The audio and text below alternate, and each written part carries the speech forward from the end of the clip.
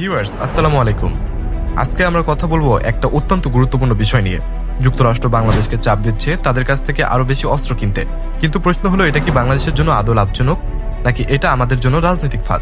আমরা সবাই জানি আমেরিকান অস্ত্রের মেইনটেনেন্স কতটা জটিল, পার্ট সাপ্লাই কতটা অনিশ্চিত। তাহলে বাংলাদেশের উচিত কি? চলুন জেনে আসি। দেখুন, আমেরিকান অস্ত্র মানেই স্ট্রং অ্যাটাচড, মানে হলো যখন তাদের ইচ্ছা তখন গলা টিপে ধরবে। ধরুন আপনি F-16 কিনলেন, দেখা গেল যুদ্ধের সময় আপনাকে AIM-120D মিসাইল দেওয়ার কথা ছিল, কিন্তু তারা দিল মান্দাতা আমলের AIM-120B, কারণ তাদের রাজনৈতিক স্বার্থ একদম বদলে গেছে।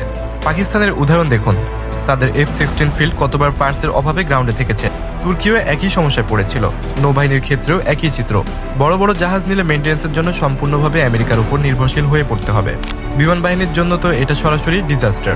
এখন প্রশ্ন হলো, চাপ তো আছে, তাহলে বাংলাদেশ কিভাবে সেফ সাইডে থাকবে?